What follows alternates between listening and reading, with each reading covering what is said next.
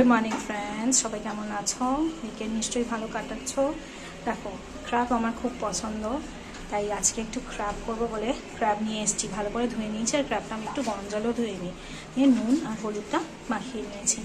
পেঁয়াজ বড় বড় চিনতে, একটা গোটা টমেটো, ধনেপাতা নিয়ে নিয়েছি। একদম ক্র্যাব মশলা কারি করবো।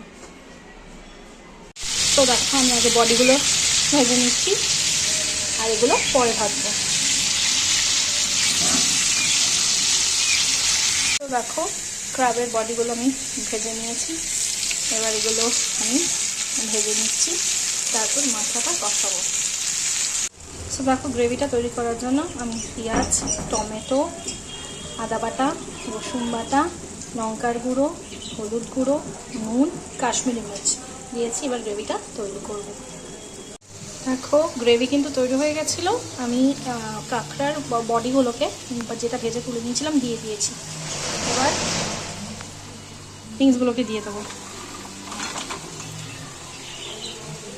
তো এবার আমি এটাকে ভালো করে কষাবো, অল্প অল্প একটু একটু করে জল ছিটা দিয়ে ঢাকা দিয়ে দিয়ে কষাবো।